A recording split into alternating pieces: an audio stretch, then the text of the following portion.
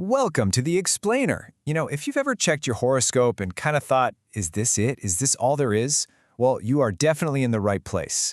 Today, we're exploring an incredibly profound framework that completely flips how we understand our place in the universe. We're actually diving into the foundational concepts from Bapin Bihari's really seminal work, Fundamentals of Vedic Astrology. If you've ever felt deep down that there's got to be a more profound architecture to your life's journey, we're going to unpack this esoteric, highly structured system. We'll see how Vedic astrology isn't just a map of the stars, it's literally a blueprint for the soul. So let's dive right into this by looking at what you probably already know, Western astrology, and comparing it with the deeply spiritual system we're exploring today. Over on the left, we've got the Western approach. Super popular, right? It's primarily focused on psychological traits, personality analysis, maybe predicting external life events. And hey, it's a fantastic tool for self-reflection. But then, on the right side, we have the Vedic system.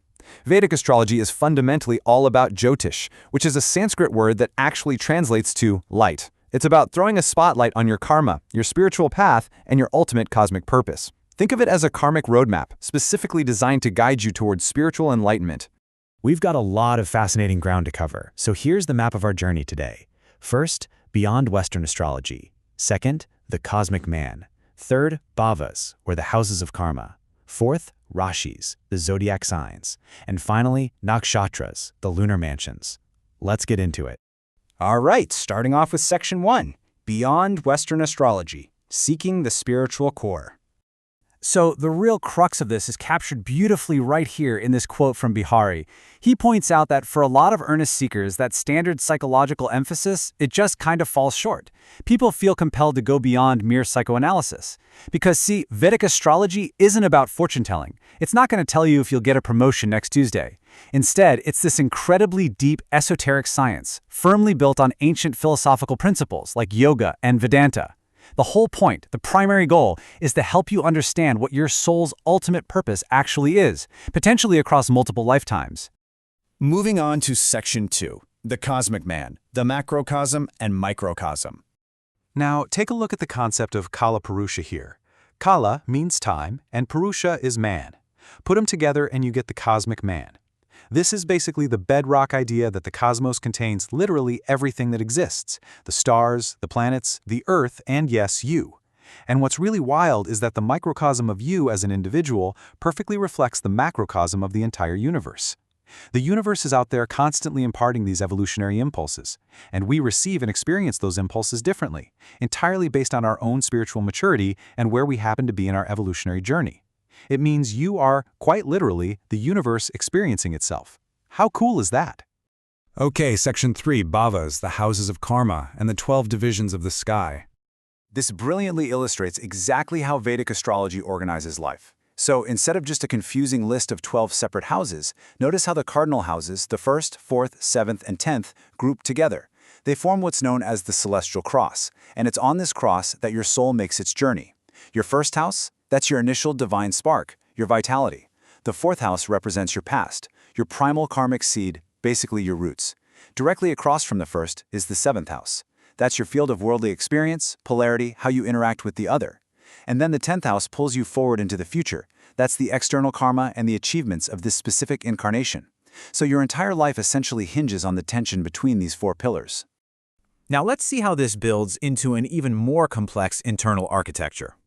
When we weave the rest of the houses in, we end up with 2 competing forces, the spiritual triangle and the triangle of materiality. On the left, you've got the spiritual triangle, which is houses 1, 5, and 9. This pulls you toward creative activity, spiritual upliftment, and divine grace. But over on the right, the triangle of materiality, houses 3, 7, and 11, well, that drives your material cravings, social affluence, and the sheer courage you need to navigate the physical world. Together, they form this mystic hexagon right in your chart. So take a look at these 2 triangles and ask yourself, in your life right now, are you driven more by the pursuit of spiritual grace or by the pull of material cravings? It really makes you think, doesn't it? Next up, Section 4, Rashis, the zodiac signs, and the stages of cosmic ideation. In the Vedic system, the zodiac is vastly different from just a list of personality quirks. It's actually a chronological evolutionary path of the soul, or what Vihari calls stages of cosmic ideation. It kicks off with Aries, the first epoch. Now, this isn't just about someone being headstrong, it represents the unborn potential of the universe. It's this fiery energy just chafing to externalize and become real. Then, halfway through the journey, we hit Libra, the seventh epoch. This is a critical balance point. It's where the soul's deep immersion in matter finally ceases, and the awakening of spiritual thirst really begins. Ultimately, the whole journey culminates in Pisces, the 12th epoch. This is the ultimate end, right? The cessation of worldly efforts and emerging back into tranquility. But it's really important to note that it's not death, it's the careful preservation of the karmic seed, getting it all ready for the next cycle of evolution.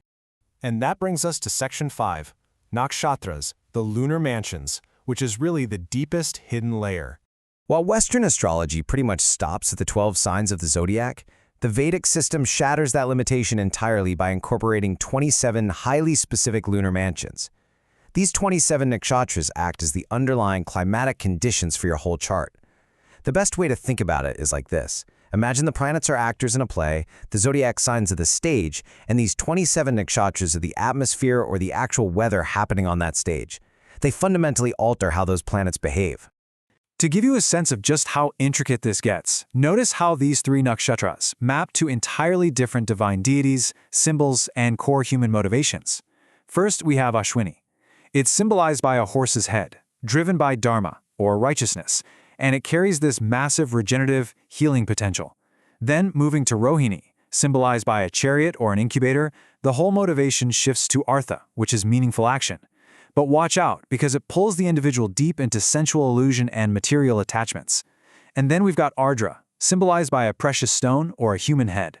Its core impulse is Kama, the passional nature. It acts as the ultimate destroyer of illusions, frequently bringing sudden conflict, just to break through material reality. The level of psychological and spiritual granularity here is just absolutely breathtaking. So, when you put it all together, you realize these aren't just isolated symbols or fun little trivia points. They are literally the interlocking gears of your karma. The cosmic man, Kala Purusha, provides the universal canvas.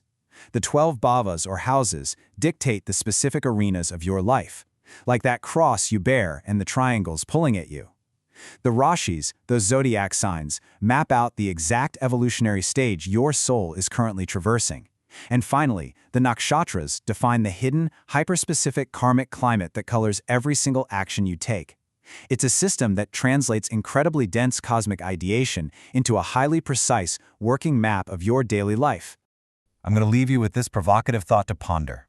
When you look at the friction, the challenges, and even the joys in your own world, are they simply random chance, just bad luck?